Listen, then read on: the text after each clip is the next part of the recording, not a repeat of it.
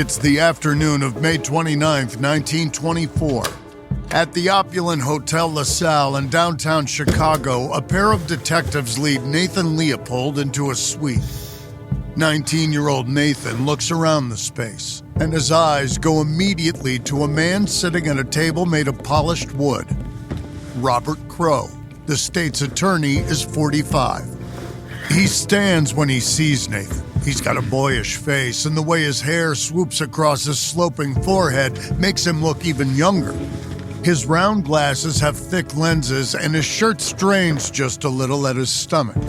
It's his mouth that hints that he's not a man to be messed with.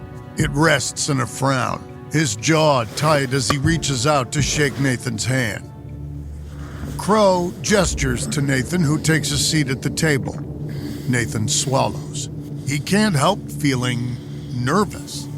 It's been 8 days since he and Richard Loeb abducted and killed Bobby Franks, and this is the second time he's been questioned about the case.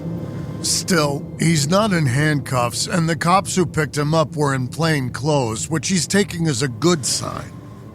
But when Crowe puts a pair of tortoiseshell reading glasses on the table between them, Nathan swallows. Those are his glasses, and he knows they were found just a few feet from Bobby's body out near Wolf Lake. Crowe asks if they look familiar, and Babe confirms that they look exactly like a pair he owns. If he didn't know any better, he'd say they were his. But his glasses are at home this very minute, he's sure of it. Crowe sits back in his chair and folds his arms. His thin line of a mouth twitches up into a grim smile. If Nathan's glasses are at home, he says, then that clears everything up right now. He calls the detectives into the room and asks them to escort Nathan back home.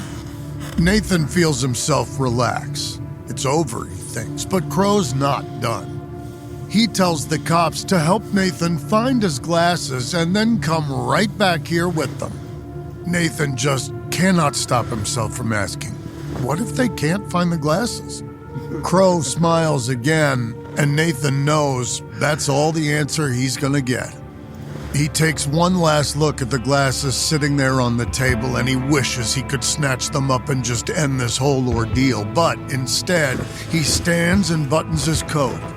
He turns to follow the detectives back the way they came, trying to appear calm, but he can feel sweat beating at his hairline. He's certain he's smart enough to think of a way out of this. Something will come to him soon. It has to.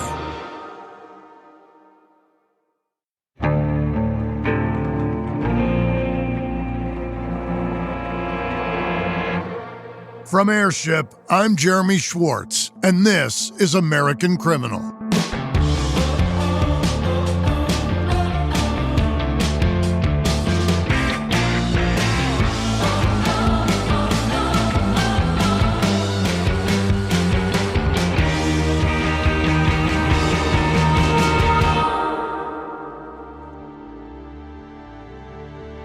In 1924, Nathan Leopold and Richard Loeb set out to commit the perfect crime.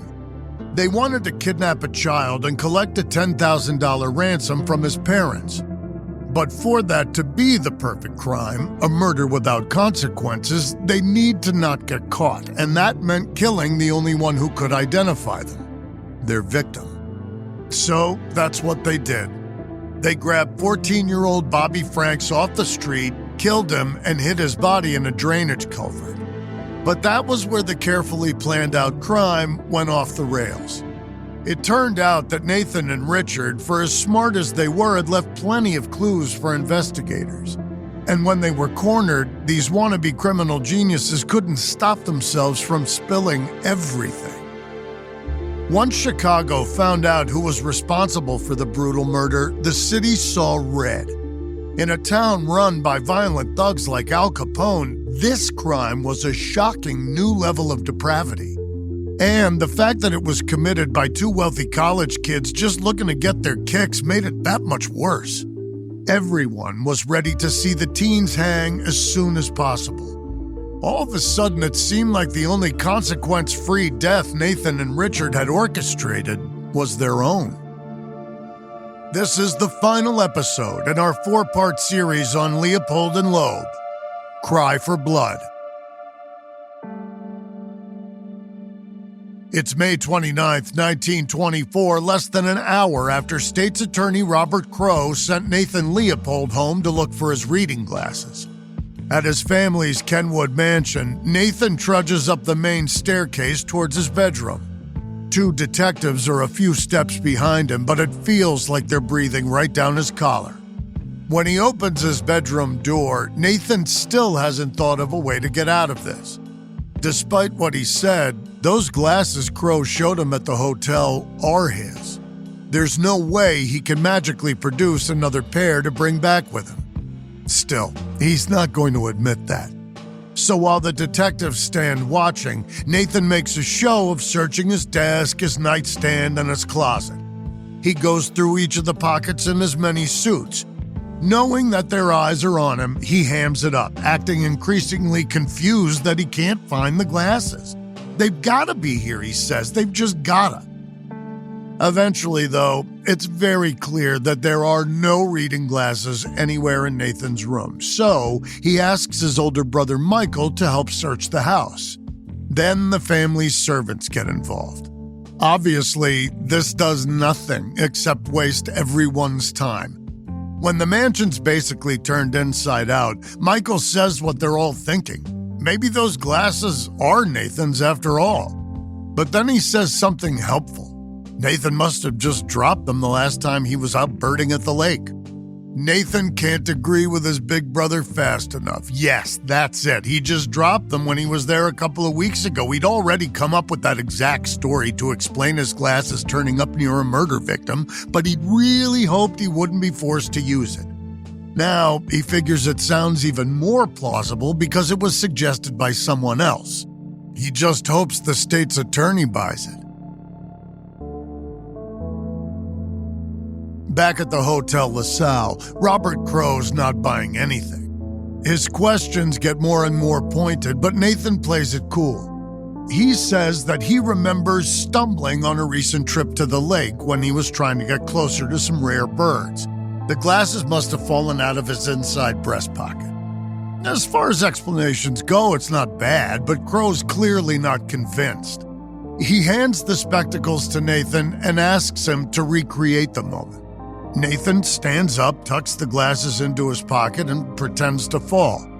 The glasses stay put. Even when Nathan tries again and again, they don't budge. Suddenly, his great story seems a lot less plausible. After that, Crowe and his colleagues continue with their questions, pressing Nathan to account for his whereabouts on the day of Bobby's murder. At first, Nathan seems to struggle to remember, but slowly he offers more and more details of the alibi he and Richard concocted. They spent the afternoon driving around in his Red Willie's night, having lunch, drinking, and then looking for a pair of girls to have sex with. While Nathan's telling his story to the state's attorney, the detectives head back to the Leopold house to look around. Ostensibly, they're just picking up Nathan's typewriter to compare it against the ransom note, but they give his room a good go-over too. They grab samples of his handwriting, train timetables, and a letter Nathan wrote to Richard that referred to them both as, quote, cocksuckers.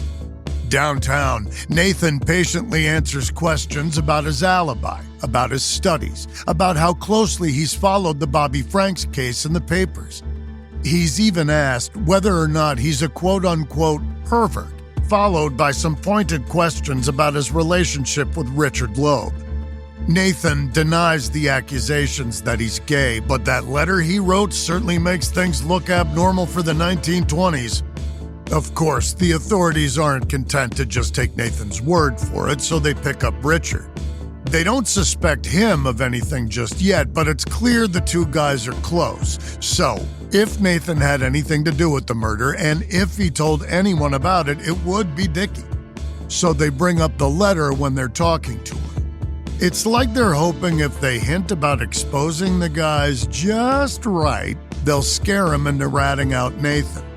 And while Richard doesn't get rattled and he mostly stays on script, his version of the alibi for the murder is different enough from Nathan's that the cops decide they want to search his house too. When Dickie arrives back in Kenwood, escorted by police officers, there are journalists already waiting to get the story firsthand. Some eager detective in the Chicago PD has already tipped them off. From there, news that the teenage sons of wealthy families are being questioned about the murder ripples across the city. During breaks in questioning, reporters are allowed to speak to the guys, who explain that they had nothing to do with Bobby Frank's death. On the whole, they seem to find the situation pretty amusing. In fact, they're gratified that people are paying attention to them. And thanks to the symbiotic relationship between the media and the police in Chicago, they're getting plenty of it. By this stage, Dickie and Babe have been in custody for over a day, and their families haven't made any attempts to intervene. Neither of the boys are under arrest, so a lawyer should have no trouble extracting them from the criminal court building where they've been moved to. But both their fathers are so convinced of their innocence that they're happy to let their sons help with the investigation in any way they can. Of course, with all the interest in the murder case, that is, all the newspapers it's selling every day, Chicago's editors are eager to get a scoop that'll put them ahead of their competitors. Two reporters from the Daily News decide to look into the ransom note angle and speak to members of Nathan's study group to collect copies of typewritten notes he's made. One set of note looks different to the others, and a student explains that they were studying in a different room in the Leopold house that week. So Nathan was using a portable Underwood typewriter, as opposed to his regular Hammond that stays upstairs. On the surface, that sounds innocuous enough. But experts have agreed that the ransom note delivered to Jacob Franks was likely typed on an Underwood. And comparing the study notes to the ransom letter proves they almost certainly came from the same machine. The T, the I, and the M keys all show distinctive, identical abnormalities across the two documents. Excited that they've got their scoop, the Daily News journalists share what they found with the authorities who confront Nathan. As usual, he bats their questions back, saying that the typewriter he used for the study notes was owned by another student. Even still, the cops head back to the Leopold house with Nathan to look for the Underwood, which Babe and Dickie destroyed a week ago. A maid admits that there was an Underwood in the downstairs library for a while, but that it disappeared recently. A clearly annoyed Nathan tells the maid that she's mistaken, but the bell's been rung. Now, if the cops can find that typewriter, they will have physical evidence tying Nathan to the crime. The glasses are a solid clue, but they can be explained away by a story about birdwatching at the lake. So they invest time speaking with other members of the study group to ask them what they know. While all this is going on, Nathan's family are waiting calmly at home for the authorities to do their job and clear him of any wrongdoing. They trust the police will figure out that Babe and his friend have done nothing wrong. And when their chauffeur comes to tell them what he knows about the day of the murder, they're certain they've got the proof the police need. Sven Englund explains to Nathan Leopold Sr. that he saw Nathan and Richard together on the afternoon of the murder. Babe even left Sven his car so he could fix the brakes, so he couldn't have been driving around the countryside dumping a body. It seems like a perfect alibi, so Nathan Sr. asks Sven to speak to the authorities right away. Except no one outside of the investigation knows about the story Nathan and Richard have been telling. You know, the one where they spent all afternoon driving around in his red car, eating, drinking, picking up dames. So when Sven goes to the state's attorney to tell him that Nathan's innocent because he didn't have the car that day, he confirms that Babe and Dickie have been lying the whole time.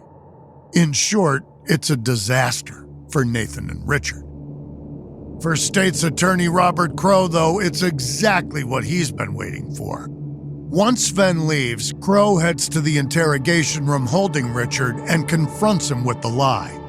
For a while, Dickie treads water, claiming that the chauffeur must be mistaken. But when he hears that Sven has told them that he had Nathan's car all day, the blood drains from his face and he whispers 2 words: "My God." After that, he starts to confess. Actually, first he asks for a lawyer, which is a request that Robert Crowe ignores. Then Dickie starts talking, and criminal mastermind that he is, he does everything he can to foist most of the blame onto Nathan. It's around the time that Richard's confessing that a message comes for Crowe.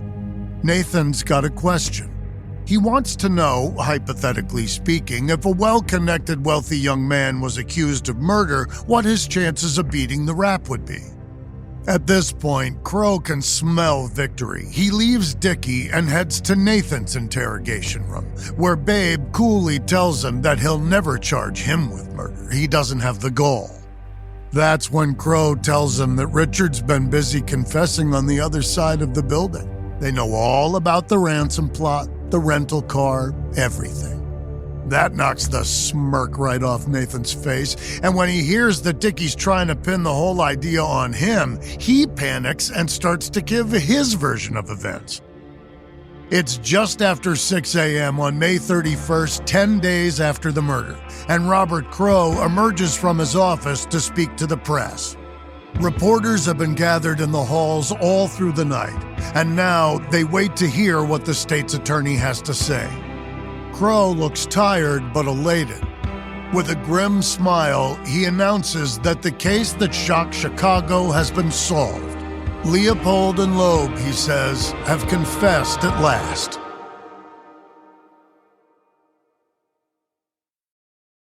This episode is brought to you by LifeLock. Between two-factor authentication, strong passwords, and a VPN, you try to be in control of how your info is protected. But many other places also have it, and they might not be as careful.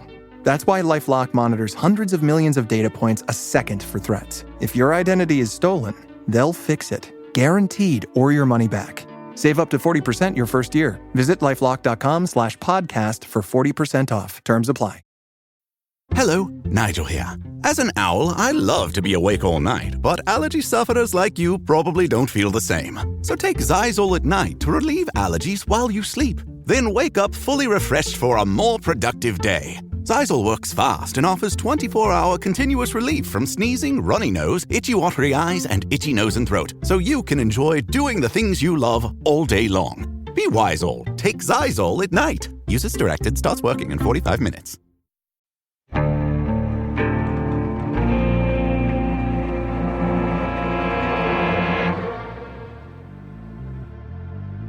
It's the morning of June 1st, 1924 in Jackson Park, Chicago. Just over 24 hours ago, Nathan Leopold and Richard Loeb confessed to killing Bobby Franks in cold blood. In that short time, Leopold and Loeb have already become household names around the country.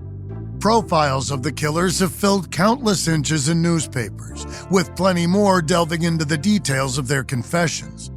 The stories even made the front page of the New York Times. Now police officers are escorting Nathan and Richard around Chicago on a grand tour of their crime. The guys have been asked to help investigators collect the evidence that will prove the case against them, and Babe and Dickie seem happy to share every intricacy of their brilliant plan.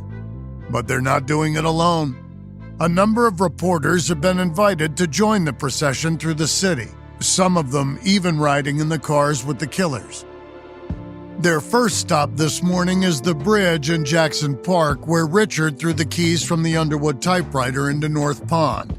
When the car he's in pulls over, Dickie reaches for the door handle, but one of the reporters stops him. He points to the edge of the water where a large crowd of people are watching the divers searching. The journalist suggests Richard might want to stay put to avoid all that attention. Richard doesn't respond for a sec. He stares at the onlookers a couple of 100 feet away, then shakes himself free of the reporter's hand and opens the door. He's not scared for people to see him, he says. He's not scared of anything.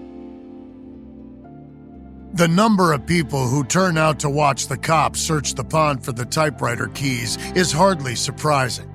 Local papers are already calling the murder of Bobby Franks the worst crime Chicago has ever seen.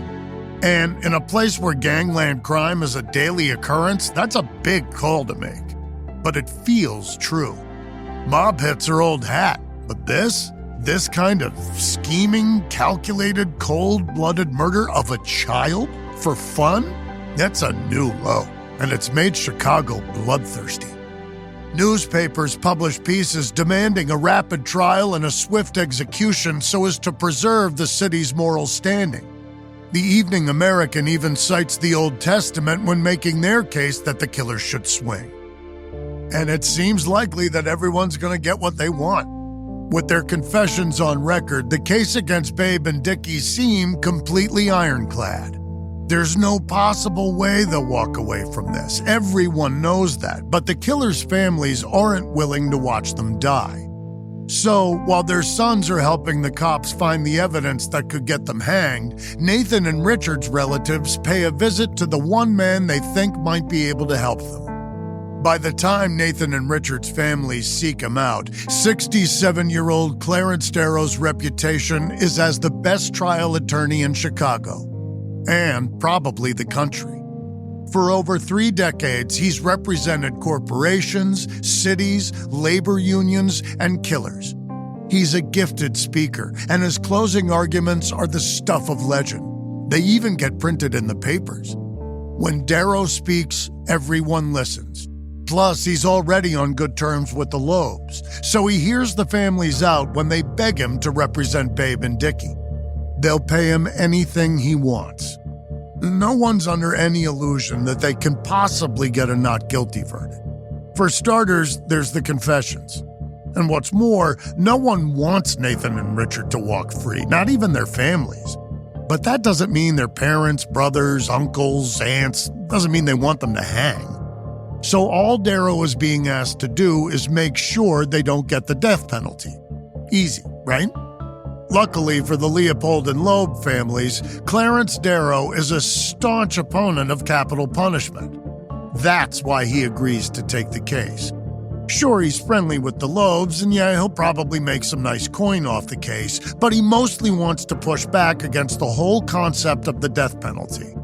So, just when it feels like the case couldn't possibly get any bigger, the most famous lawyer in the country jumps into the fray.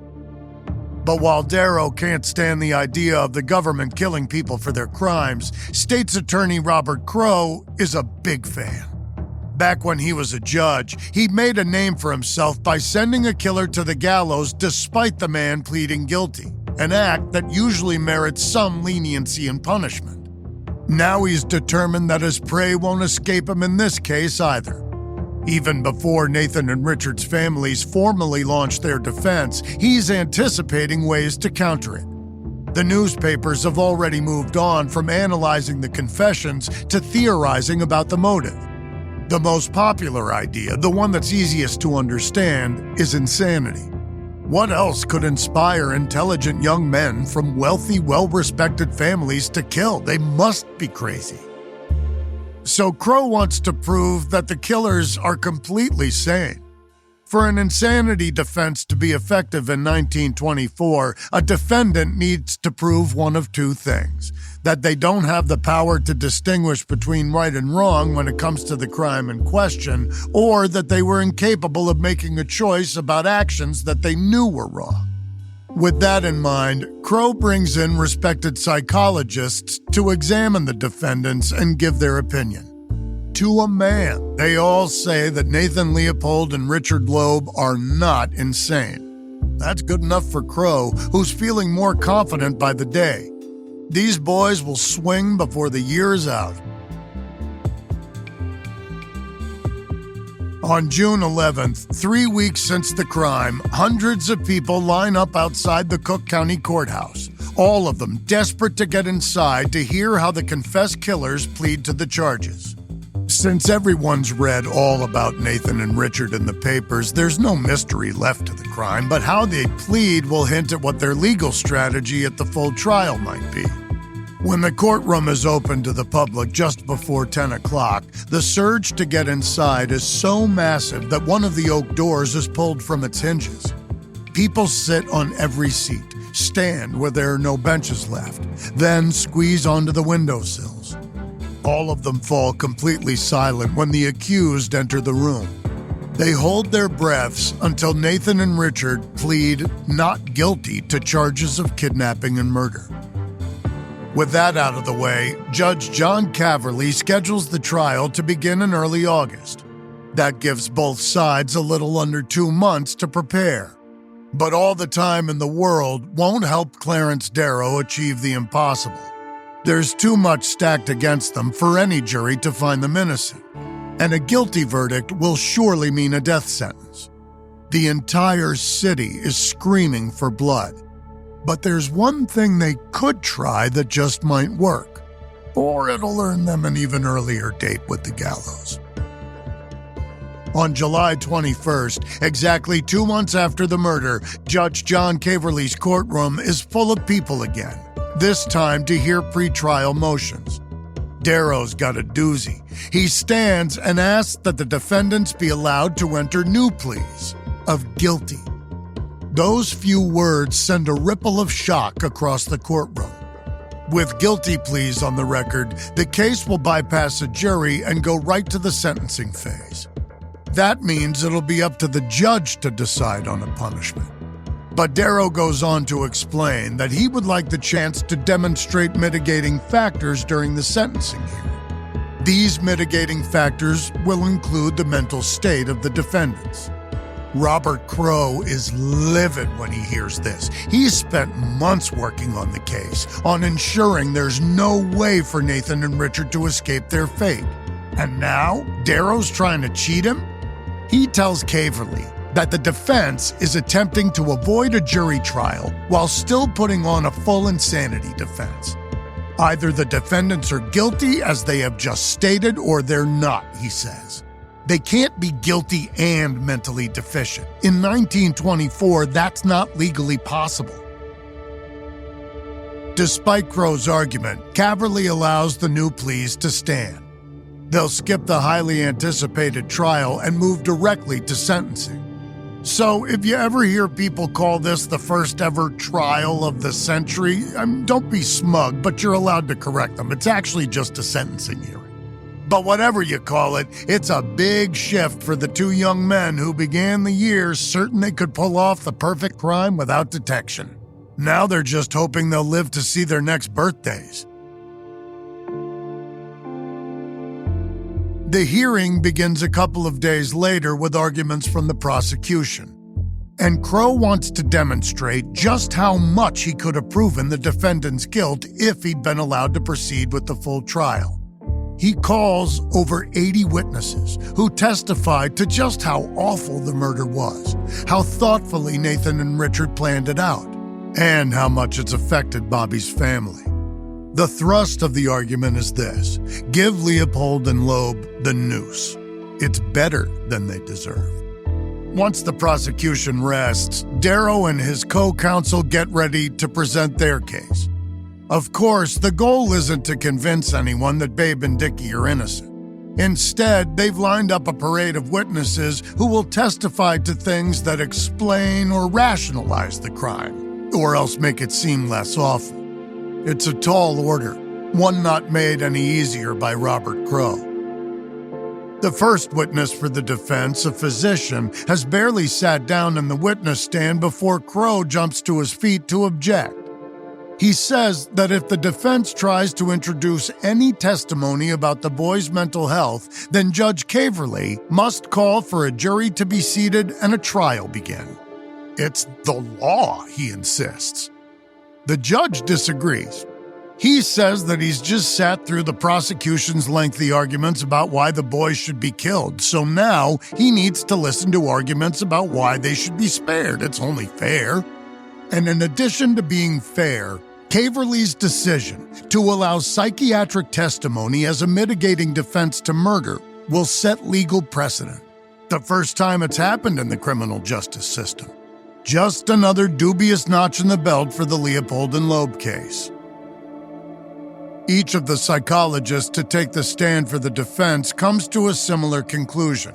Nathan and Richard are emotionally stunted, mentally impaired young men with disordered personalities. Neither display any remorse for their actions and instead seem more preoccupied with how the world sees them. Not because they're concerned people will think they're monsters, but that they won't see their true brilliance. When both sides are done with witnesses, it's time for closing statements, and everyone is excited to hear Clarence Darrow speak. Like I said earlier, his closings are legendary, and he's hinted that this might be the last case he ever tries. So, the afternoon he's scheduled to speak, some 2,000 people show up to try and get into the courtroom. And the lucky 100 or so spectators who do make it inside are treated to an 8-hour marathon. In a career full of incredible speeches, this one will be remembered by many as his very best. Towards the end of his closing, Darrow subtly equates the brutal crime at the center of the case with the decision about whether or not to execute the killers. The murder of Bobby Franks was planned, cold-blooded, and remorseless, no question about it. But Darrow presents Judge Caverly with another reality. He says, quote, "Your Honor, if these boys hang, you must do it. It must be your deliberate, cool, premeditated act without a chance to shift responsibility." By the time Darrow's done speaking, the judge is in tears. Not just for Bobby Franks, but for the boys' family and the families of Nathan and Richard, and perhaps, even for himself.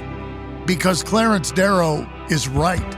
Caverly knows that there's only one person left in this story who can make a decision about who lives and who dies, and it's him. En Prime Big Deal Days, este 7 y 8 de octubre, aprovecha grandes ofertas en un nuevo spa de pies. Te transformará en la reina de la relajación. ¡Espera! ¡Tiene chorros de burbujas! Aprovecha hasta 40% menos en Prime Big Deal Days 7 y 8 de octubre. Con las grandes ofertas de Prime Big Deal Days este 7 y 8 de octubre, la grandeza está en tus manos. Así que si te encanta hornear, puedes conseguir una oferta en una nueva batidora de pie. Te transformará en el príncipe del pan. ¡Atención, atención! Abre paso al varón del brioche, al visconde del bizcocho y al conde de los cuernitos, miembro de Prime, Juan. Sí, ¿hola? Aprovecha hasta 40% de descuento en Prime Big Deal Days 7 y 8 de octubre.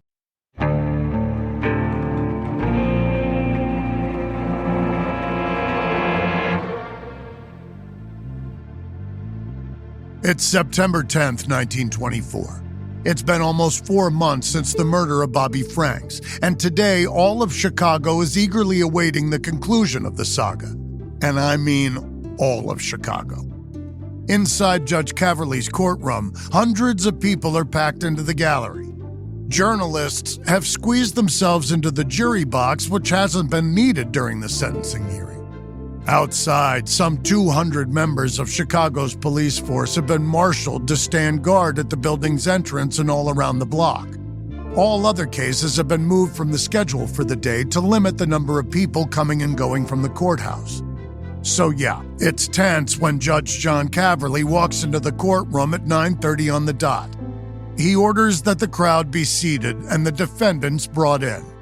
After giving the press a moment to take photos, he demands silence and begins to read his decision.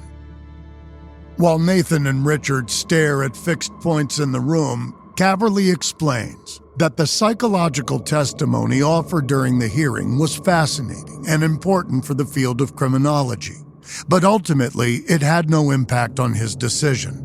Despite the defense's best efforts, there are no mitigating circumstances here, he says. At that point, people throughout the gallery exchange looks, some of them whispering that those words are as good as a death sentence. But then, Caverly swerves.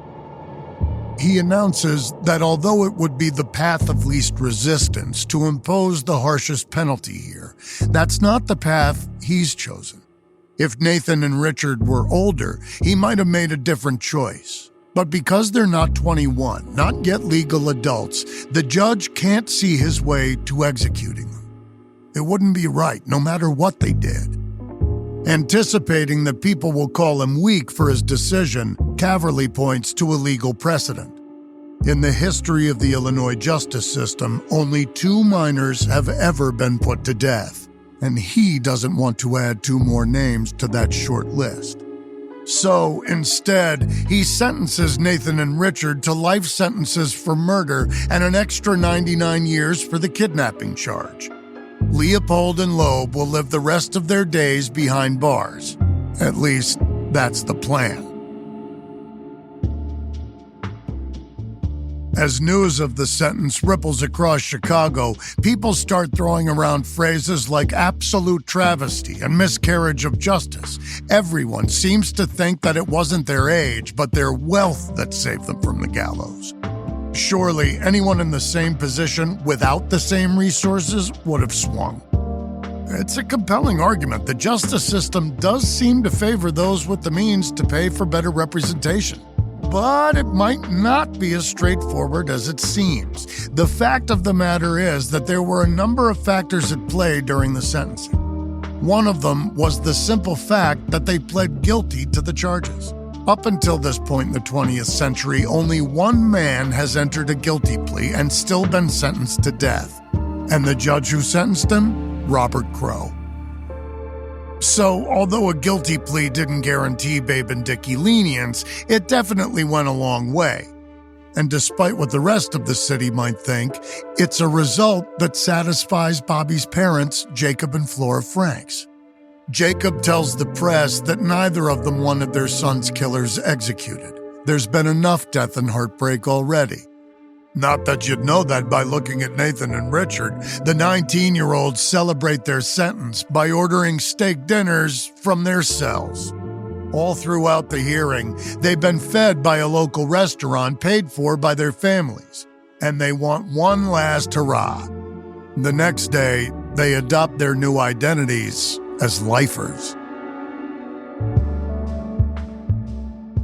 Nathan and Richard's early years in prison are mostly unremarkable. They're housed in separate facilities for a while, but are eventually reunited at the Statesville facility, about 35 miles outside of Chicago. By this stage, it's been almost 8 years since they murdered Bobby Franks together, and they both matured, at least a little. And because they're staring down many more decades locked up, they decide to make the most of it. In late 1932, Richard suggests they work together to improve the educational facilities at Statesville, which currently only offers classes up to 8th grade. They pitch the idea of a correspondence school to the warden and spend the next several years running the program and teaching their fellow inmates. But all that comes to an end in 1936.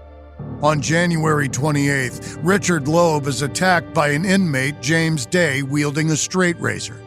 James will tell different versions of the story after the fact. He'll say that Dickie made unwanted sexual advances, or that he was trying to recruit him for a jailbreak. The prison's chaplain will report that James attacked Richard for rejecting James's sexual advances. In all versions of James's story, he and Richard struggle over the razor, which makes it sound like he acted out of self-defense. But James will emerge from the encounter with no visible injuries, while Richard has nearly 60 separate wounds from the blade. The worst is a deep slash across his throat, which looks like it came from someone standing behind him. Richard is rushed to the prison hospital, and Nathan follows when he hears what's happened. He sits at the foot of Dickie's bed while surgeons operate, but there's no saving Richard Loeb. He dies at age 30, leaving his partner in crime to face the rest of his sentence alone.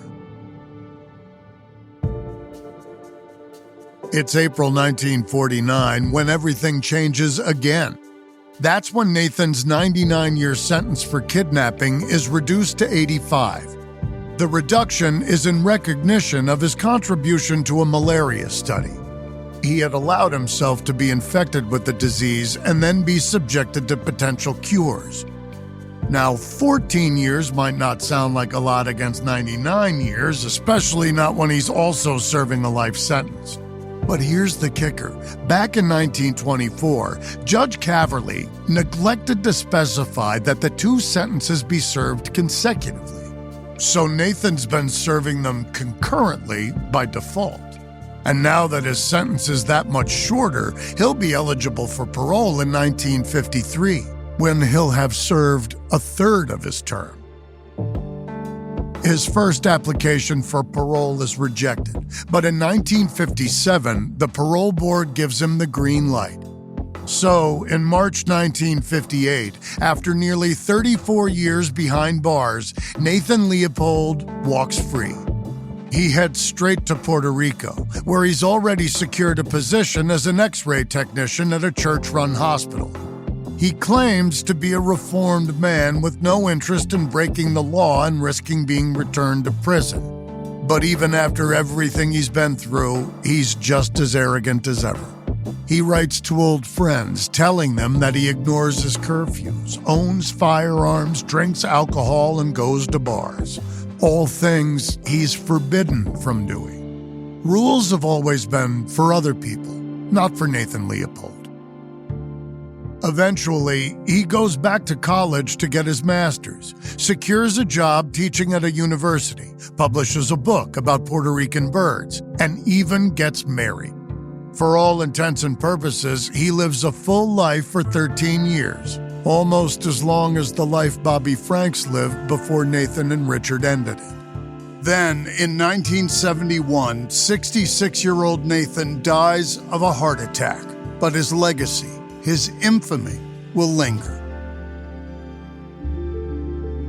In the years leading up to his parole, Nathan Leopold wrote and published his autobiography, Life Plus 99 Years. It sold a decent number of copies, but it was clearly a ploy to rehabilitate his image for the parole board. He wrote charitably about himself and his crime, probably hoping that time would soften the horror and leave his words as the best account around. But he wasn't the only one to write a book about the murder of Bobby Franks and the killers who had fascinated America at the height of the Jazz Age. 2 years before Nathan's autobiography, Meyer Levin published a novel about the case called Compulsion. The book was a massive success, selling over 100,000 copies in hardcover, then 1 million more in paperback. Compulsion set a new standard for crime writing because it's considered by many to be the first ever example of a non-fiction novel, which is a form best utilized in true crime. In the decade since its publication, iconic books like In Cold Blood, The Killer Beside Me, and Killers of the Flower Moon have followed in its footsteps. Aside from Compulsion and its film adaptation, there have been plenty more works inspired by one of the 20th century's first crimes of the century. In 1929, a play called Rope hit the stage. In it, two arrogant friends strangle a man to death, hide him in a trunk, then stage a dinner party on top of it. Then, in 1948, Alfred Hitchcock adapted the play into a film. There have been musicals, TV episodes, stacks of books, and even a graphic novel, all centered around or inspired by this story. Each in their own ways, artists, biographers, criminologists, and historians have grappled with the story of Leopold and Loeb, with the two young men at its center, with their relationship and the crime they committed. Was one of them more to blame than the other? Would either of them have become a killer on his own? Did they actually want to get caught? How much were their governesses to blame? What about their fathers? People commenting on the trial at the time said it was too much jazz that did it, or an excess of booze, a lack of religion, too much freedom, too few restrictions. No one could agree on the root cause, an explanation for what happened. And 100 years later, we're still searching. Who knows, maybe today's psychologists would be better equipped to offer a diagnosis for the two killers, though that really does just seem like cold comfort. Because when you look at them side by side, a lot of crime stories can be boiled down to a fairly simple explanation. We're talking basic driving concepts like sex, money, power, fear, jealousy. But it's so much harder to do that here. Nathan Leopold and Richard Loeb didn't kill because they wanted anything. They didn't commit crimes because they were driven by a deep-seated compulsion. They did it because they thought it would be interesting. They were curious. They were bored. And they were both smart enough and dumb enough to think they could get away with it. And afterward, they felt nothing. They hoped for a level of respect or acclaim, acknowledgement of their superior intellects and criminal genius. What they got was infamy. From Airship, this is the final episode in our series on Leopold and Loeb. On the next series, a twisted collection of Halloween-inspired crimes. Because of all the things that go bump in the night, the scariest are humans.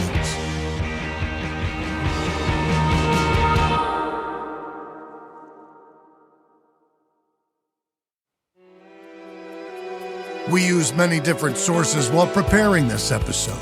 A few we can recommend are Leopold and Loeb, The Crime of the Century by Hal Higdon, The Leopold and Loeb Files by Nina Barrett, and For the Thrill of It by Simon Botts. This episode may contain reenactments or dramatized details, and while in some cases we can't know exactly what happened, all our dramatizations are based on historical research. American Criminal is hosted, edited, and executive produced by me, Jeremy Schwartz. Audio editing by Mohammed Shazi. Sound design by Matthew Filler. Music by Thrung. This episode is written and researched by Joel Callan. Managing producer Emily Burke.